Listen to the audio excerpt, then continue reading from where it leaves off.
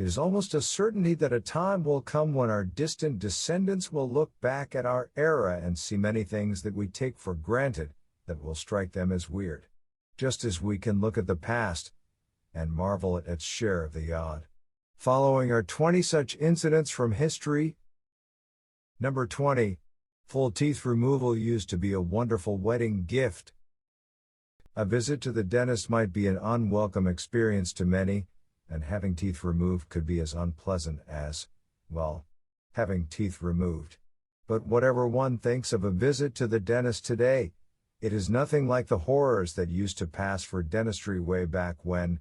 For example, in 19th century England, dental hygiene standards were abysmal, and teeth frequently went bad in early adulthood. So each time a tooth rotted, it entailed a visit to the neighborhood barber/surgeon, who yanked it out with pliers, and without anesthetic. To spare their kids the misery of having to go through that kind of pain several times in their lifetimes, some parents opted for full teeth removal as a present to their offspring when they grew up. Full teeth removal meant exactly that, yanking out all the teeth from the mouth and replacing them with dentures. Full teeth removal was considered such a fine gift that it was frequently given to brides as a wedding present. Number 19. The German polar bear craze. Over the past 3 decades, Frenchwoman Jean-Marie Denat amassed a collection of over 10,000 vintage photos of 1920s and 1930s Germans, including plenty of Nazis, posing with men dressed up as polar bears. Polar bears became all the rage in Germany, starting in the early 1920s, when the Berlin Zoo acquired a pair of polar bear cubs. The cute new additions caught on with the public, and proved so wildly popular that the result was a mini boom in furries and polar bear costumes. For a fad, the German polar bear was more than a mere flash in the pan. It went on for decades. Year after year, cheerful Germans of all walks of life and ages routinely snapped photos of themselves posing with polar bears, or folk in polar bear costumes, as the country underwent radical changes. The Weimar Republic weakened and collapsed, the Nazis seized power, the Third Reich kicked off its horrors, World War II was fought and lost, Germany was occupied, and throughout it all, Germans kept up the polar bear fad. It was only in the late 1940s that the fad finally faded. Number 18. Ivy League universities used to take nude photos of their students. In the late 1970s, a Yale employee unlocked a long unused room in one of the university's buildings, and boy did he find a surprise inside, thousands upon thousands of photos of nude young men, showing their fronts, sides, and rears. To add to the oddity, there seemed to be sharp metal pins sticking out of the naked men's spines. What could it be? Was it the trove of some weirdo with a niche fetish for BDSM voodoo porn? As it turned out, it was nothing that juicy, but still plenty odd in its own right. From the 1940s to the 1970s, Yale, plus some other Ivy League schools such as Harvard, Vassar, and Brown required their freshmen to pose nude for a photo shoot. The goal was to furnish material for a massive study into how rickets developed, and that involved sticking pins to the backs of the subjects, male and female. Generations of the country's elite who went to the Ivy Leagues posed, and the archives included the naked photos of well-known figures ranging from George W. Bush to Hillary Clinton to Diane Sawyer to Meryl Streep. The photos were burned after news leaked and the study was denounced. However, it is possible that some might have escaped the flames and are still circulating out there, to potentially end up on the internet someday. Number 17. The Great French Mustache Strike. The stock image that comes to many people's minds when picturing 19th and early 20th century Frenchmen usually involves a mustache. However, one group of Frenchmen that went smooth-shaven during that era were domestic servants and waiters.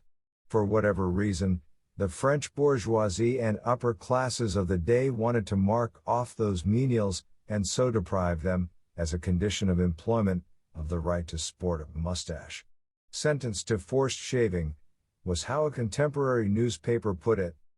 That came to be seen as degrading and intolerable by the stashless, so, being French, they went on strike. In 1907, high-end waiters in Paris and the rest of France went on strike to demand higher wages, fewer working hours, and the right to grow a mustache just like other Frenchmen.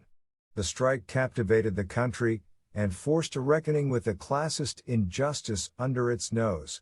After 2 weeks, the strikers finally prevailed, and French waiters won the right to a mustache. Number 16. Children fought in the U.S. Civil War by the hundreds of thousands. During the U.S. Civil War, about a fifth of all military personnel were under 18, and more than 100,000 soldiers in the Union Army alone were 15 years old or younger. The Confederates also used child soldiers by the tens of thousands. There were even cases in which children as young as 8 were put in uniform. For the most part, child soldiers in the U.S. Army were utilized as drummers, buglers, cooks' assistants, nurses, orderlies, general gophers, or put to work in other non-combatant positions. However, during battles, Civil War child soldiers were often just as exposed as the adults to bullets and artillery. In the U.S. Navy, children frequently served as powder monkeys in warships. Tasked during combat with rushing gunpowder from magazines to cannons, they were just as exposed to danger during action as were other sailors aboard ship, regardless of age.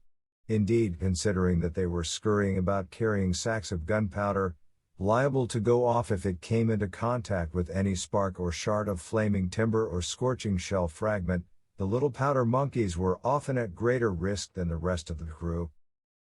Number 15. Emperor Vespasian shuffled off the mortal Coil with a joke. Roman Emperor Vespasian, 9-79 AD, founder of the Flavian dynasty, had a reputation for wit and amiability. He rose from humble origins, never forgot where he came from, and resisted the temptation to put on airs. As emperor, he liked forthright speech, seldom stood on ceremony, and cultivated a blunt mannerism. One of his revenue-raising schemes involved a tax on public urinals, which was widely ridiculed. His son and designated heir took him to task for that, arguing that it was beneath imperial dignity to collect revenue from bodily excreta. Vespasian responded by holding a coin beneath his son's nose, asked whether he could smell any urine, and concluded by saying, "Money does not smell," which became a Latin proverb. That refusal to take himself too seriously stayed with Vespasian to his literal dying breath. Starting with Julius Caesar, who had been declared a god after his assassination, Roman emperors who died in good repute were deified after death. When he felt the end nearing in 79 AD, Vespasian joked, just before dying, "Dear me, I think I am becoming a god." Number 14. The Chinese general who tricked an enemy into supplying him with arrows. Zhuge Liang, 181-234, was a wily chancellor and military strategist during China's Three Kingdoms period, whose greatest exploit occurred in 208, during the build-up to a climactic battle between armies separated by the Yangtze River. Zhuge Liang was maneuvered by opponents to commit himself to furnishing 100,000 arrows within a few days, a seemingly impossible task. After mulling it over, he gathered a flotilla of river boats, lined them up with bales of wet straw, and instructed their crews what he expected from them. He waited for a foggy night, quietly rowed them across the river, and positioned them in a line close to the enemy camp. At a signal, his crews shattered the night's silence by shouting, beating drums, clanging gongs, and creating an unholy din. Startled, the enemy camp awoke in a panic, and convinced they were facing a surprise night attack, unleashed a storm of arrows at the boat's silhouettes flitting in the murk, arrows that were embedded in the bales of straw. Then, his pincushioned boats groaning with the weight of more than 100,000 captured arrows, Zhuge departed. Number 13. The British fought the Napoleonic Wars with one of history's crappiest swords. It might seem difficult to screw up the design of a sword, a weapon that has been around for thousands of years. Yet that is what the designers of the 1796 British infantry officer's sword, commonly known as the 1796 Spadron, managed to do. They went to the drawing board, and returned with a weapon that was bad at cutting, thrusting, defense, and topped it off with poor manufacture. The first problem was the hilt, which was for a purely thrusting weapon such as a rapier, that made the sword ill-suited for the hand grip necessary for cutting and slashing. If the user managed a cutting swing, the blade was too light and flexible, and frequently bounced off even from naked skin. The excessive flexibility also made the sword nearly useless for thrusting, both because the sword bent, and because it was not as pointy as it should have been for piercing. Then there was the hilt guard. Instead of a solid saucer to protect the hand, the guard was a folding clamshell, secured by pins liable to break under impact. Poor hand protection was made worse by a thin and weak knuckle bow, the projecting piece on the hilt, that bent easily, and was frequently smashed into or pinched the user's hand.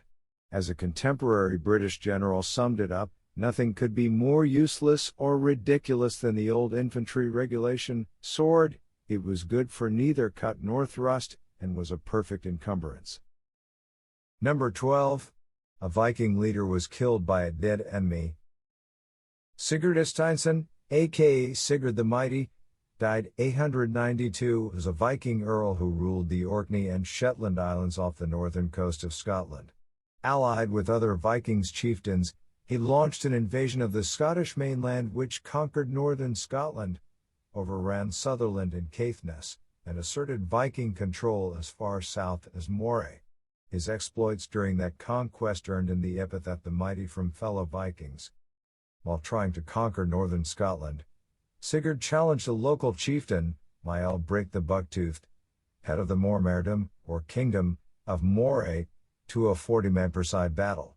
However, Sigurd cheated, showed up with 80 men, and defeated and massacred the outnumbered Scots. Sigurd personally beheaded Mael Brake, tied the defeated leader's head to his saddle as a trophy, then rounded up his men and rode back home to celebrate the victory. On the way back, as the severed head tied to the saddle bounced around, the bucktooth which gave Mael Brake his nickname cut Sigurd's leg. The cut became inflamed, and Sigurd died of the infection before he got back home. Number 11. Austria-Hungary's chief spy-catcher was a spy. Alfred Radel, 1864–1913, was an Austro-Hungarian army officer who rose from humble origins to become counterintelligence chief from 1900 to 1912, in charge of tracking down and rooting out traitors and spies. However, Radel was gay, at a time when homosexuality was a serious taboo. Russian intelligence learned of Radel's homosexuality, entrapped him in a compromising position, and caught it on camera. They then blackmailed him into treason, sweetening the extortion with the offer of money in exchange for secrets. Radel accepted, and in 1902 he passed on to the Russians Austria-Hungary's war plans. When word reached the Austrians that the Russians had a copy of their war plans, Radel was tasked with finding the traitor. So he unmasked minor Russian agents, who were fed him by his Tsarist shipmasters, and framed innocent Austro-Hungarian officers with falsified evidence. That enhanced his reputation as a brilliant counterintelligence chief. Over the next decade, Radel sold the Russians Austro-Hungarian mobilization plans, army orders, ciphers, codes, maps, reports on road and rail conditions, and other secrets. His handler's sloppiness finally ended his career. In 1912, postal censors intercepted envelopes stuffed with cash and nothing else, but with registration receipts tracing back to addresses abroad that were known to be used by Russian and French intelligence. A sting operation was set up, the envelopes were delivered under surveillance, and Radel showed up to claim them. Arrested, he confessed to treason, then committed suicide. Number 10. The Bizarre Pickpocket King. King Farouk I, 1920–1965, ruled Egypt from 1936 to 1952, a reign marked by corruption, incompetence, and weirdness.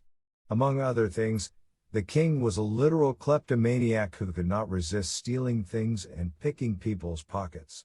He actually took pickpocketing lessons, and his victims included Winston Churchill, whom Farouk invited to a dinner during World War II.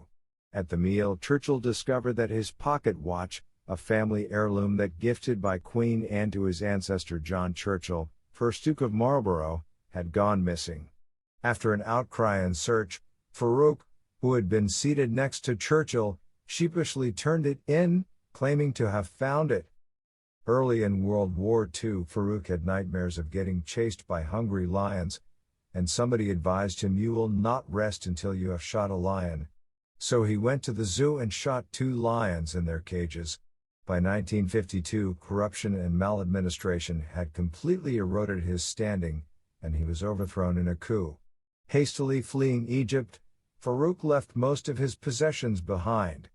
When the new government auctioned his belongings, it was discovered that Farouk had accumulated the world's then largest collection of pornography. He eventually settled in Rome, where he literally ate himself to death, collapsing at a restaurant after a heavy meal in 1965. Number 9. The Blind King Who Charged into Battle. John of Bohemia, 1296–1346, also known as John the Blind after losing his eyesight 10 years before his death, was one of the most celebrated warriors of his era, having campaigned and fought across Europe from the Mediterranean to the Baltic.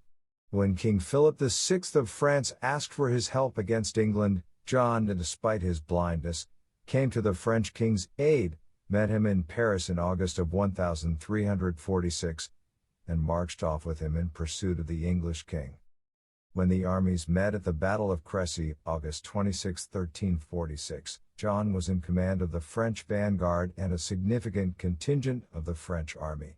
Despite his blindness, John ordered his retinue to tie their horses to his and ride into battle so he could deliver at least one stroke of his sword against the English, and thus satisfy his honor by taking an actual part in the battle.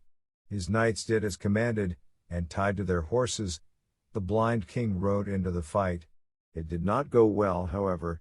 John the Blind, being blind, misjudged how far he had gone, and plunged too deep into the English ranks. He ended up getting cut off and enveloped by the enemy, and in the ensuing melee the blind king and all of his retinue were slaughtered. Number 8. Lord Byron was Britain's greatest Romantic-era poet, and greatest Romantic-era perv.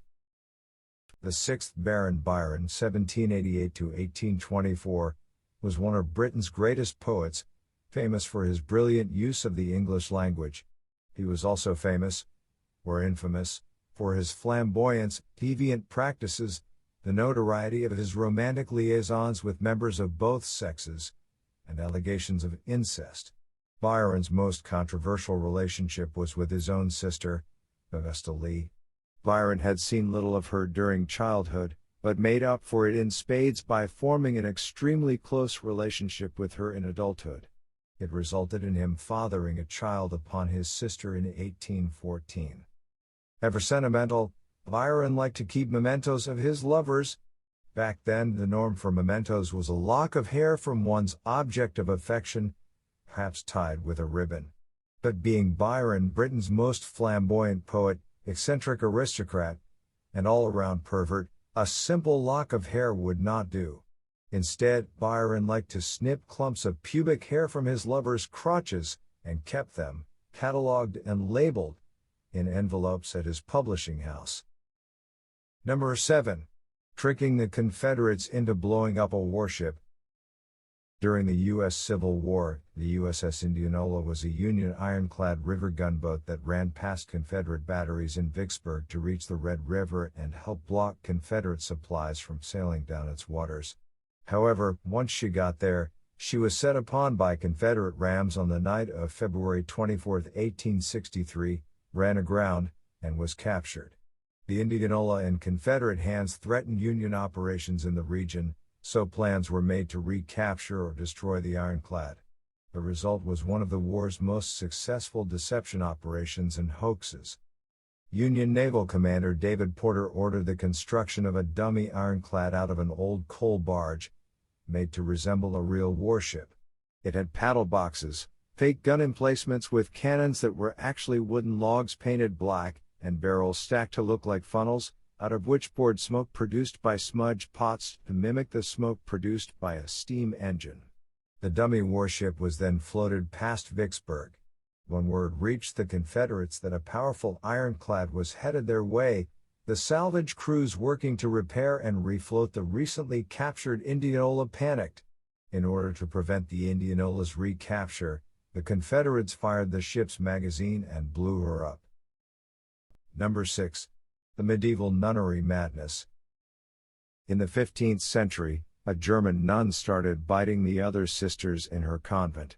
For some reason, the behavior spread, and before long, the convent was full of crazed nuns running around and biting each other. As described by a contemporary doctor, a nun in a German nunnery fell to biting all her companions. In the course of a short time, all the nuns of this convent began biting each other. The news of this infatuation among the nuns soon spread, and it now passed convent to convent throughout a great part of Germany, principally Saxony, and it afterwards visited the nunneries of Holland, and at last the nuns had biting mania even as far as Rome. As news of the biting nuns spread, so did the bad habit to other convents throughout Germany. Soon the hysteria went international, and convents from Holland in the north to Italy in the south were reporting outbreaks of biting nuns. The authorities were baffled and alarmed, and attempted various countermeasures as the nuns, at length, worried one another from Rome to Amsterdam. When prayers and masses failed, the church resorted to exorcisms and the casting out of devils and demons. That did not work. So they resorted to a more basic approach, and threatened to flog or dunk into water any nun who bit another. After a few salutary examples were made, the nuns came to their senses and the biting fever rapidly subsided. Number 5. The Great Empress who died while taking a great dump. Catherine II, also known as Catherine the Great, 1729 to 1796, was Tsarina or Empress of Russia from 1762 until her death. A German-born princess, she ascended the throne after she had her husband, Tsar Peter III, assassinated. She continued the westernization work begun by Tsar Peter the Great, and by the end of her reign, Russia had fully joined the mainstream of European political and cultural life.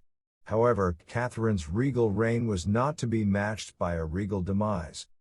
Rumors circulated that the insatiable Tsarina had died after sustaining injuries from having sex with a horse. The truth was less scandalous, but embarrassing all the same. Catherine had been feeling constipated, and during a heroic effort to force relief on the toilet, she overstrained herself and suffered a fatal stroke. When her loud grunting ceased, her maids waiting outside assumed that Her Majesty had finally found relief. They started getting nervous, however, as the minutes dragged on without Catherine emerging or summoning them. Eventually they delicately inquired if all was well.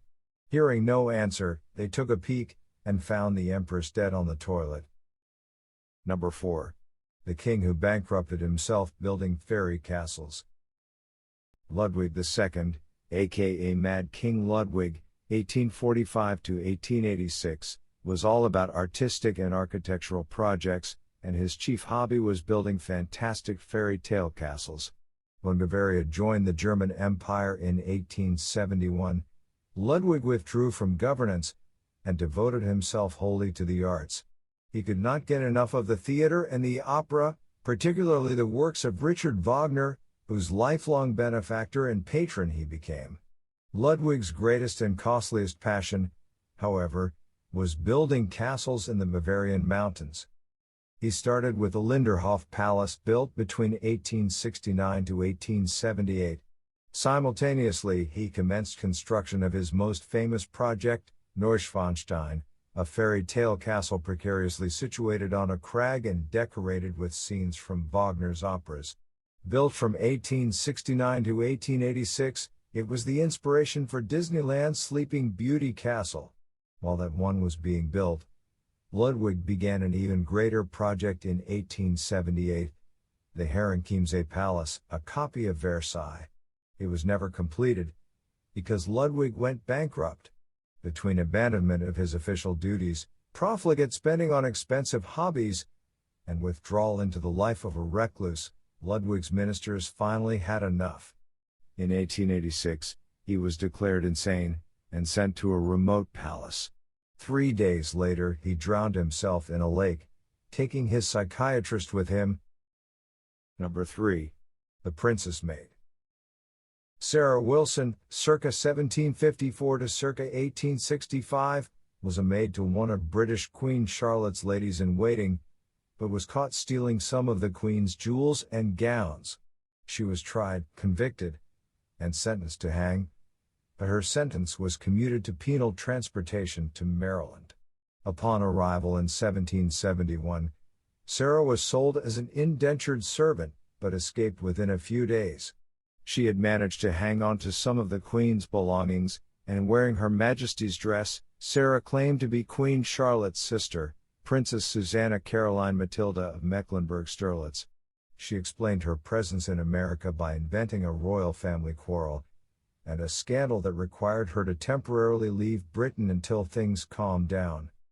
Many locals bought it, and Sarah parlayed that into a life of luxury. For years, Princess Susanna traveled up and down the colonies, from New Hampshire to the Carolinas, hosted in style by government officials, wealthy Americans, social climbers, and others eager to befriend and win the favor of a royal. She grifted many out of considerable sums by promising royal appointments, or that she would put in a good word for them with her sister and brother-in-the-law, Britain's Queen and King. She also took out numerous loans, and bought many luxury items on credit from merchants and shopkeepers eager for royal patronage and the custom of a princess. The scam finally ended when her master caught her and took her back to Baltimore. Number 2. American troops were saved by Tootsie Rolls. During the Korean War, American troops in the Chosin Reservoir had it bad. They were outnumbered 8-1, supplies were running low, temperatures plummeted to minus 25 degrees, and food was almost impossible to warm up. They were also running low on mortar shells. In ordering mortar shell resupplies, they used a code name established for the munitions, Tootsie Rolls. Somebody took that literally, however, and airdropped the beleaguered troops crates of the candy instead. It turned out to be a blessing in disguise. Tootsie Rolls were among the few food items that were actually edible when frozen, and the sugar boost gave the weary fighters a needed jolt. Additionally, the troops soon found innovative uses for the candy. Chewed-up Tootsie Rolls became like putty in the mouth, but froze solid when exposed in the frigid conditions of the Chosin Reservoir. So using Tootsie Rolls as improvised epoxy, the troops patched up bullet holes in equipment and repaired broken tools. Then, on a sugar high and with their equipment fixed, the American forces broke out of the Chosin Reservoir and fought their way to safety. Number 1. The snake eradication plan that disastrously backfired. British India's rulers were worried when Delhi became infested with venomous cobras, so they offered a bounty for dead cobras, payable upon delivery of their skin to designated officials. Before long, natives were thronging to the drop-off points whose storerooms were soon bulging with cobra skins. However, the city's cobra population remained unchanged, no matter how many cobra skins were delivered to the authorities. Officials eventually figured out why. Many locals had turned to farming cobras. Since the bounty on the snake skin was greater than the cost of raising a cobra, the British had unintentionally created a new cash crop. So the authorities canceled the plan and stopped paying out bounties for cobra skins. That made things worse. Without the bounties, cobra skins and captive cobras became worthless. So Delhi's cobra farmers did the economically sensible thing and released the snakes back into the wild in this case being the city of Delhi. The infestation grew by orders of magnitude, and Delhi wound up with many times more cobras than it had possessed before the authorities launched their ill-advised plan